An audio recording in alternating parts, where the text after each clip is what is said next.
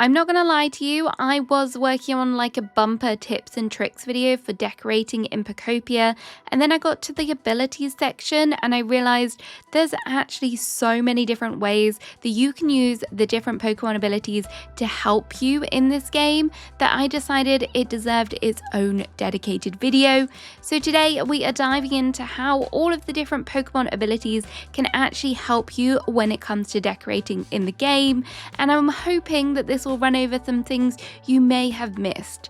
Don't forget to like and also subscribe for more Pokopia content, but let's get started. So first off, I'm going to start with the Rock Smash ability, as you get this one pretty early on. You might be thinking, how can destroying blocks actually help me decorate? Well, it can help you if you want to get a little creative and float things.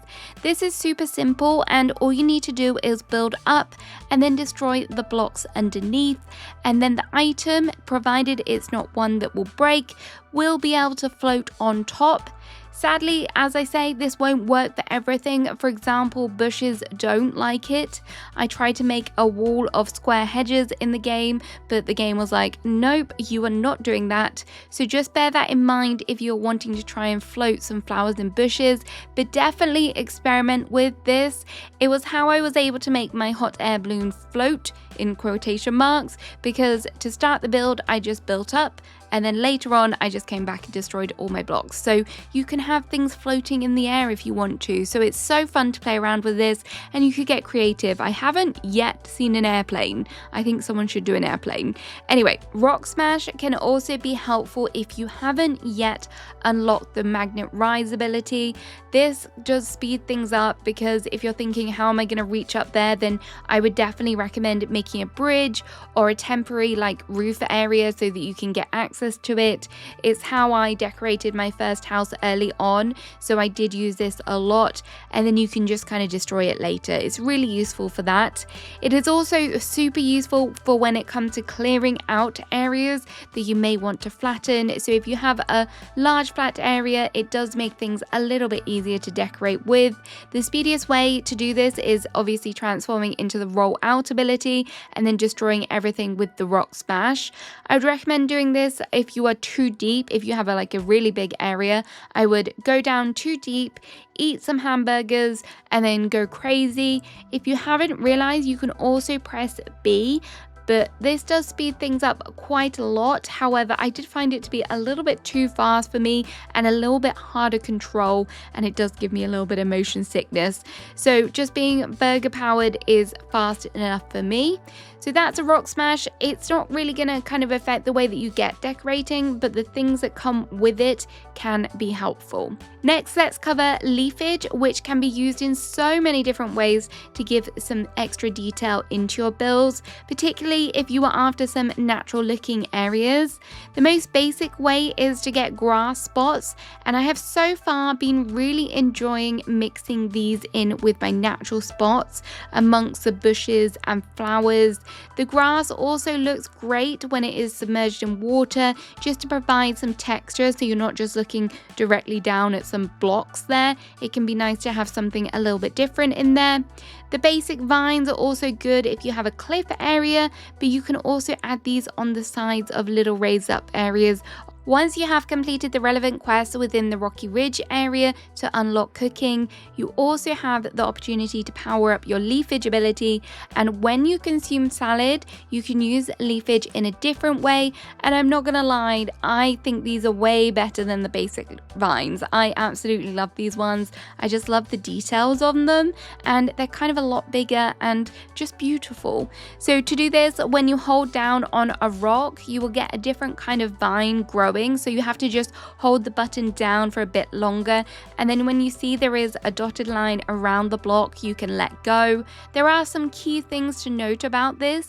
You can still put items on top of the block even if it has these vines on. So for example, I have the street lamp here, but there is also the flower here, which is a nice touch. It is also worth knowing that you will not be able to place anything on the side of the block where you initiated the vine growth. So consider that if you're wanting to put items around the vine block. I, for example, had to move some barrels to the side when I did my recent greenhouse build, so the game only kind of counts it as the side of the block where you put it down, so that's where you can't. So just bear that in mind, that you might need to move some items if you've got them really close to your vines, which might be a bit of a pain if you really like that cluttered look.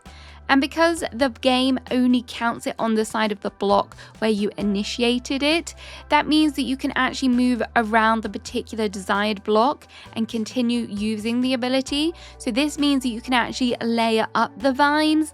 I don't know how useful this really is, but it might be quite nice if you want to add some more texture here and there, or if you are trying to kind of harvest out the materials that drop when you cut the vine. So if you repeatedly do this around the edge, it might be quicker than kind of doing lots of them along the side to get the kind of leaves and things. The main reason why I enjoy using these vines so much is just because there's quite a lot of cliffs, for example, in the Withered Wasteland area, and I feel like these particularly just help break up the cliffs a lot, which is good for my natural areas, maybe not so much for my elegant areas, but definitely where I've got some just lots of brown looking at me from the cliffs, it's nice to add these in. You can also use the powered up leafage ability in water, and when you do this, it will create a form of lily pads, and occasionally you may even get some with flowers too. These are so pretty and so beautiful,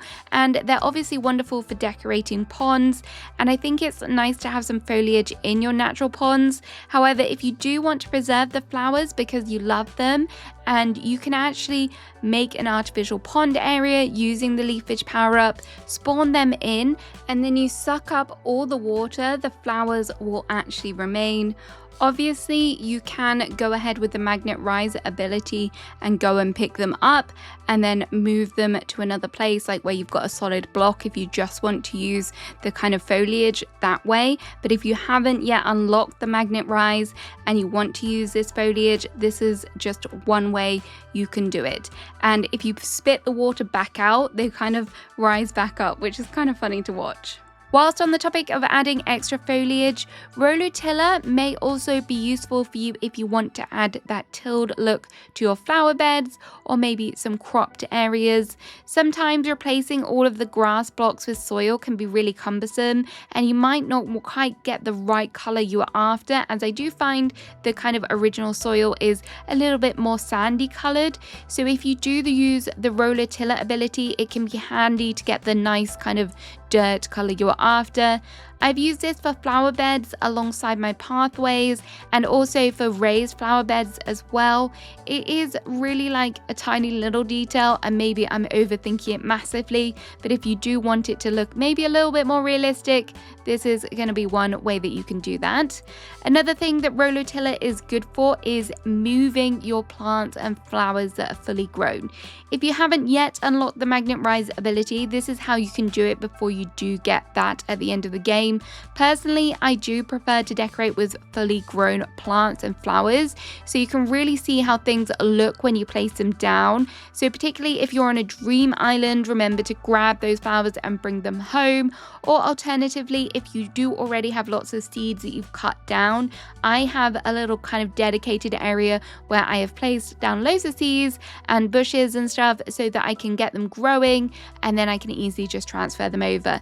Yes, you can just use the Pokemon's growth ability to do this, and it does help speeding things up, but sometimes I forget that I can kind of run off and find one, or sometimes I find it a bit hard to find one. So I do love this, and one thing that is great also, you can pick them up, press B, and then you can then go ahead and store your grown flowers to come back to later as well. So put them in your storage box, save them for later, and then you don't have to wait around for seeds. Next, we obviously have the water gun ability. This one is really helpful with decorating, and you do get it when you go through the storyline with Piplup, and you are actually able to suck up the water and move it to other areas so that you can make some beautiful kind of waterfalls, maybe a river or a pond, and I love it for that. Waterfalls are surprisingly easy to make. I think the best way to kind of use them is figure out where you want your starting point for the waterfall to be, and then dig either one block into your cliff or the wall, and then spit into the water or spit out the water in that particular block, and then you'll be able to kind of have it flow. You can adjust the way the water flows here, either by like placing blocks or removing blocks, and it should allow it to free flow. And this also helps with making rivers and also ponds too. I do just have a few little tips to remember when it comes to using the water gun. You can inhale the water from a start point and it will refresh, so you just need to go from there. Or alternatively, you can use the water bottles as well, which comes in different types of water. And it did take me a moment to realize that there were different types of water. I feel like some of them obviously looks quite similar, some of them not so much. But the natural water area with seawater is something that I was trying to do. And I was like really confused why the natural water wasn't merging with the seawater. So if you are looking to create like a pond, a lake, a river, and it's not quite enough water to kind of have it flowing, just bear in mind that you are going to need to kind of use the same water type so it does merge together nicely. If you aren't near a water source, you can purchase water bottles, as I mentioned, from the vending machines, and then you can drink up the bottle and you are able to spit out the water as well. The different types of bottles will provide you with different types of water that are available. For example, if you want the muddy looking water, you're going to need the moo option, and the soda pop will give you the seawater, which has kind of little flecks on it. I don't know what that's supposed to be, but it does have some kind of detail. Maybe it's to just differentiate it. Another thing that frustrated me about the water early on was that whenever I was kind of spitting out the water, it was a lot lower level than what was in the in-game ponds. But if you haven't figured it out yet, you can adjust the water height when you spit it out. So all you need to do is suck up your water or use a water bottle, and then press ZL and use the left and the right arrows on your Joy-Cons to adjust how deep you want that water to be.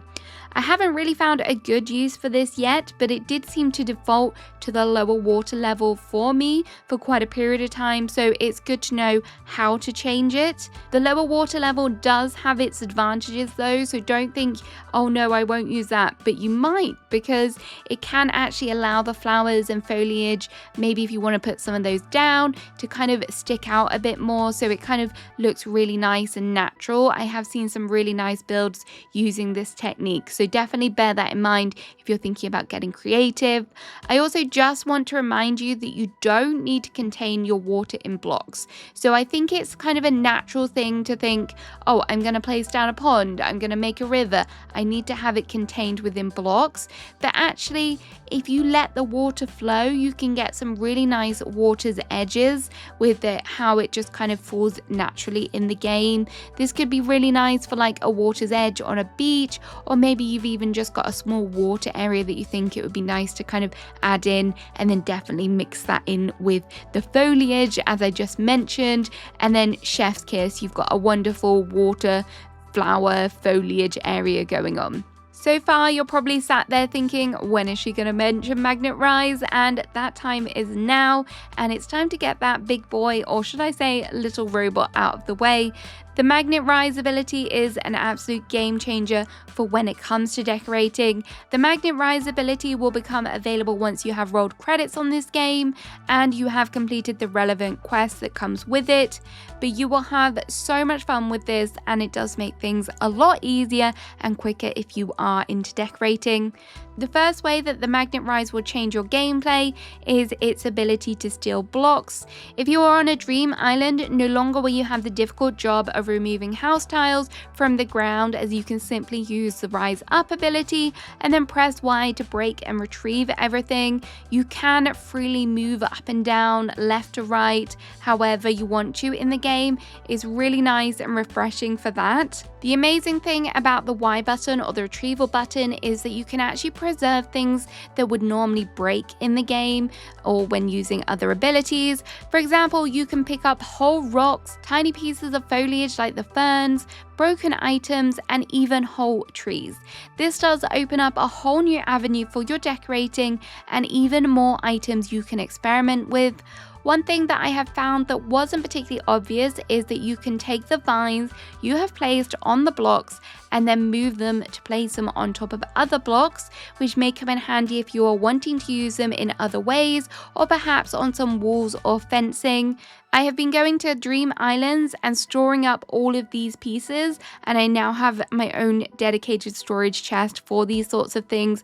Those things like the broken items, the rocks, the driftwood. I am hoarding these for a day when I need them for a build. Another power that the Magnet Rise has is the ability to place or replace blocks. Now this is great for replacing floor blocks, or even if you do a build and decide that things aren't looking quite right with your chosen blocks, you can go back, switch them out quite easily. One thing I'm also quite glad about this is that there is the option to replace just a singular block. You can also choose to use 4 blocks or even 9.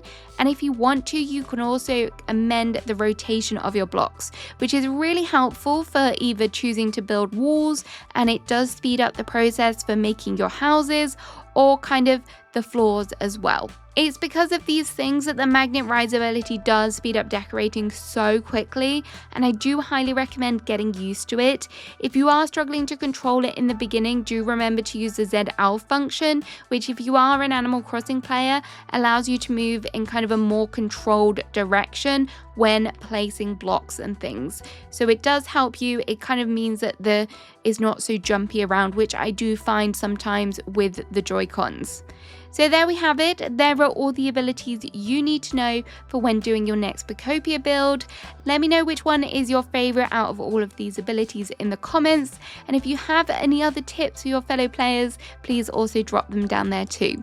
Have a great rest of your day. Happy building. Bye bye.